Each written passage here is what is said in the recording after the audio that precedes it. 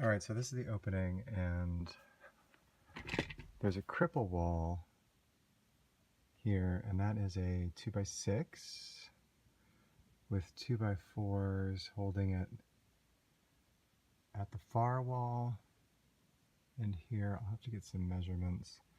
Then there's an angled one to this 2x4, and then it stops one past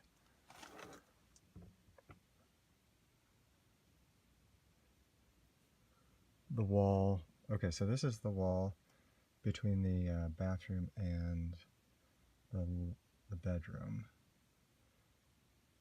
The bathroom has a flat 2x4 there for some reason. Oh, that's where the wall is. Okay, so that's the wall right now for the bathroom. So that's flat. And then where this ends is where we have this 2x4 coming up at an angle so that it's perpendicular to the structure. And then this extends one more down. So it goes into the room 1. These are all just toe-nailed in and goes directly across. And I'll measure where this one is. There's an angle one there and an angle one here. All right, so I'm looking at the wall. That's the living room right there. And that 2x4 structure with the pipe coming up, that's the vent for the main hall bath. And you can see the roof line over here is a 2x6. This is a 2x6. That wall does not support it. It is just connected to it. And then what I'm doing here is for the cripple wall we were just looking at, measuring from the drywall, so on the far side of that 2x4, all the way over to this support at 8 feet 4 inches, 8 feet 5 inches, 8 feet 3.5, right in there. And that's the main cripple support. And you can see that it's not connected to the 2x6. That is the main support for the roof. It's actually connected to the 2x6 that goes across and is just toe-nailed. And then it goes all the way over to where the wall is. So that's where the next 2x4 is, lines up with that wall outside. So then we have these angled ones that go to halfway in between, and they are connected to the 2x4 below. All right, so next up we're going to go take a look at that. Oh, well, I guess we have the cripple wall there. So this is the cripple wall on the other side. You can see where the roof line ends, the main house, and then that's where the master bedroom starts. And then the cripple wall has a 2x6. This one, the 2x4s actually go up and connect to the 2x6s. They're sistered here for the span of 3 of those. And then there's another one. So there's a really long span here of nothing. And then that pipe there, that vent pipe, that's for the sink in the den. So there is one cripple wall support in the middle of where we want to bring up the header. So that is going to need to just simply be put on top of the header as it comes up taller, but I'll get over there to take a look at that in just a little bit. And then there's the angle here. Oh, we can start to see the support. It's a big beam. Okay, we'll take a look at that. All right, now I'm at the support beam that goes all the way down.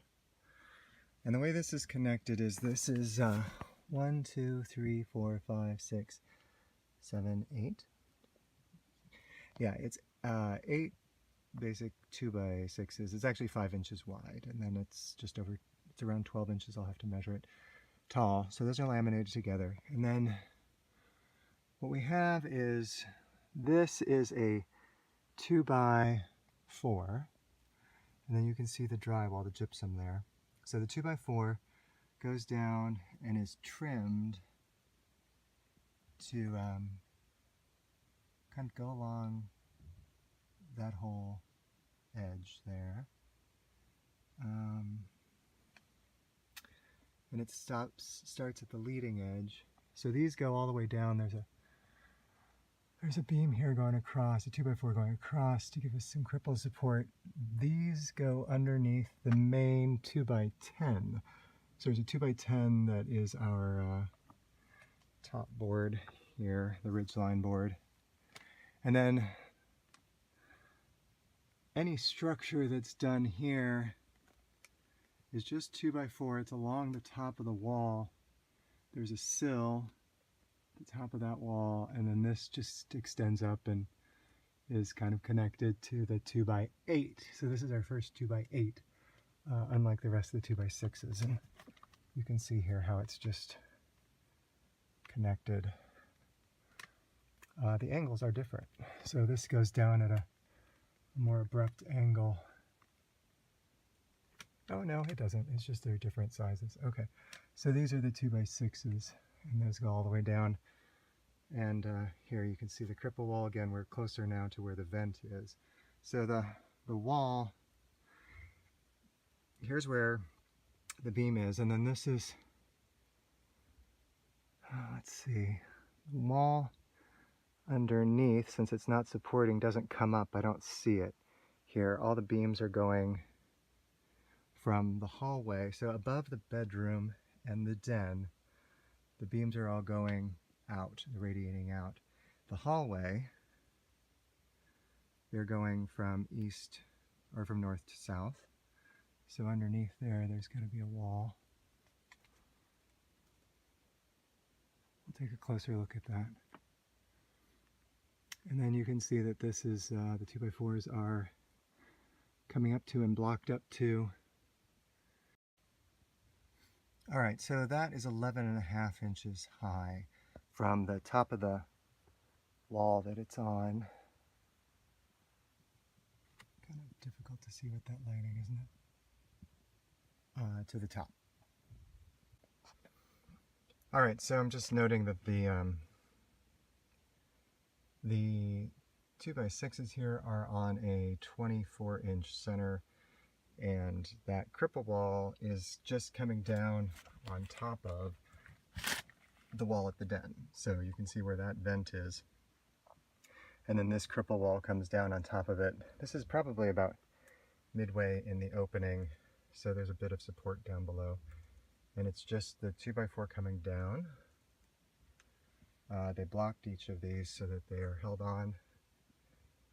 And then there's a diagonal support there as the cripple wall ends just past the den. So that's how that's going to work. The wall is going to be framed out about on a 16-inch center. So they're basically done that way. There's one framing out of this vent, the first vent, and it's very regular all the way down, 16-inch centers. There you see other vent down there, so that's just going to be consistent. And again, what happens is they go underneath the 2x10. I should measure that to make sure that's what that is. And then there are these supports that go that are on top of the back side of them. There's a couple blocks to make sure that everything lines up, but for the most part, it's just the 2x6s extending beyond. And then here's the cripple wall again to sort of give an idea of how that works. And you can see it just sort of disappears here onto the wall height, which is not a supporting wall, I guess, in general, but it is. Well, yeah, it's a supporting wall for these 2x4s that extend all the way across underneath there. All right. Okay, it's getting hot and sweaty now, but so I'm on the far side of the wall of the living room, and we can see the same connection here to the beam that we have on the other side. The beam in this case, we've got some excuse me. We've got taller supports in here actually. So we have these 2x8s, 2x10s. That was a 2x6. Oh, this is 2x6. That's right. It's the drop. There's a drop below there. So these are 2x6s, and then this one stops here, and then this is where we have the furnace. So these do not continue through in this area. pick up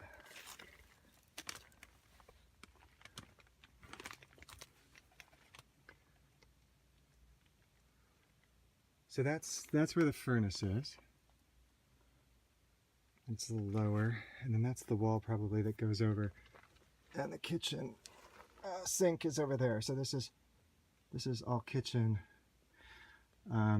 so furnace, and then this is the change to hallway, and then the refrigerator in the old house would have been right here. So this is all at the same level. This is the kitchen, ceiling and wall, and then I'm not sure I totally understand what's going on over there. We're gonna go take a look.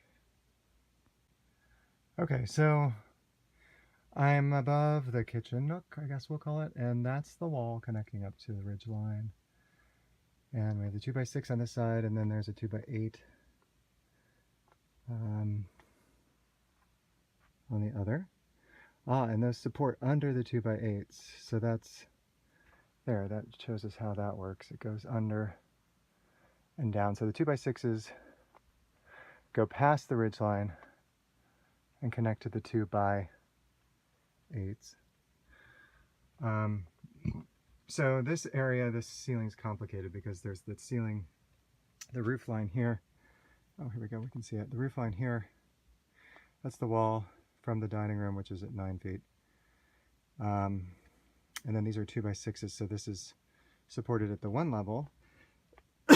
Excuse me, and then below it is the secondary drop ceiling, the one that's at 8 feet. So there's kind of two ceilings going on here. At least I think that's what it is. You can see right there is the line of the roof outside for that gable that's on the front of the house. That's what that support is. That's the kitchen side, and so that vent there in the corners for the sink. This is the vent for the stove. And then what I didn't realize is there's been made a connector roof between this elevation and the roof line of the garage. So you actually can get through. That's how this furnace information gets through there. It's not through the drop ceiling at all. And what that means is that creating an 8-foot opening into this space is not going to be as difficult as I thought. Well, actually, so those are the supports for the roof line of the garage. And they'd come in at the top of the wall.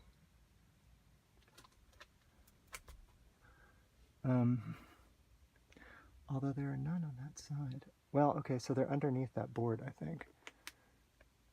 Yeah, they're underneath that board because that's the roof line of the garage. So those are coming down and connecting. And then there's the ceiling. I'm gonna have to get over there and see exactly where that wall is, because this area here is where we want to put the extended height. Oh, here we go. You can see the interaction of the roof of the line of the members here. So basically it would come up and those would hang off of the 8-foot line. That's the dryer vent, so that's where the dryer is.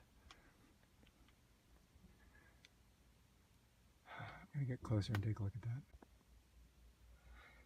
This is the area above the kitchen nook 6-foot window, just showing you what the top looks like. There's a double sill. The 2x6s come down on it, and then you have the cripple and support 2x6s. I should measure those, but it looks like a 2x6 support. Yeah, these are all 2x6s.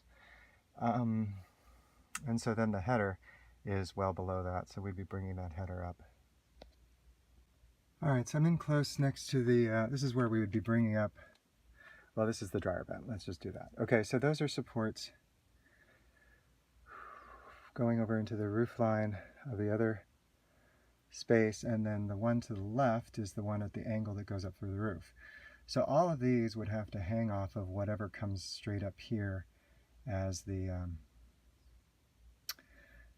header. So that's where the items are that would need support. And it looks like,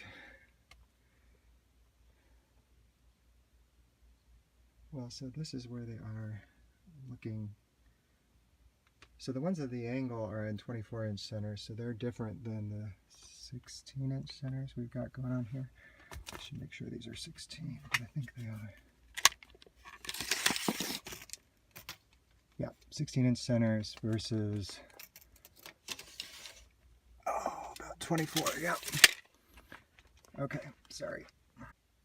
Okay, I just made a realization. I was talking about the beam being lower. Okay, so this here is the end of the wall.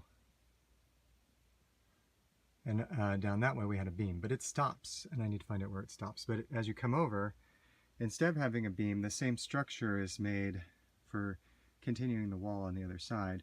And where this emptiness is where the prolam beam would have been in the other side. So we're missing it here. That's why these particular members seem so high. It's because I'm missing the, what was it, 11.5 inches by 5-inch beam that would have been right here.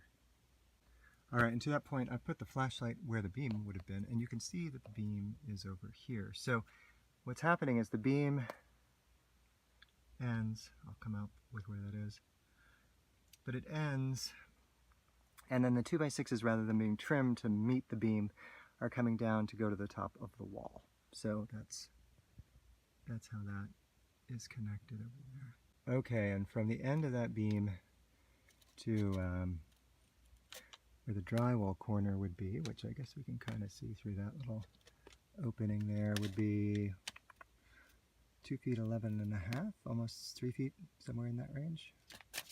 Actually, I'm going to say 3 feet. So it's 3 feet from the end of the beam to where the drywall is starting in the dining room area. All right, from the edge of that box, metal box, galvanized box, to the edge closest to me of that 2x6 is 22 inches. And then from the edge of that 2x6 to the end of the support beam is 5.5 inches. So 22 from the box, 5.5 from the 2x6. I'll go down into the other room and measure from there. This gives you an idea of what everything looks like here.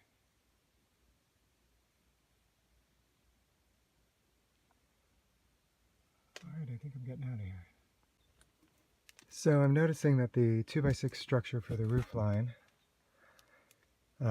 this is the A-frame that's going to the den. And so then this has a kind of duplicate of the 2x6, another 2x6, another 2x6, and then back onto the regular standing. So there is sort of a doubling up of them right here. Okay, so we've got 23 to that one, 13 to that one, 14.5 to this one, 27 to this one, and then we get back on target again.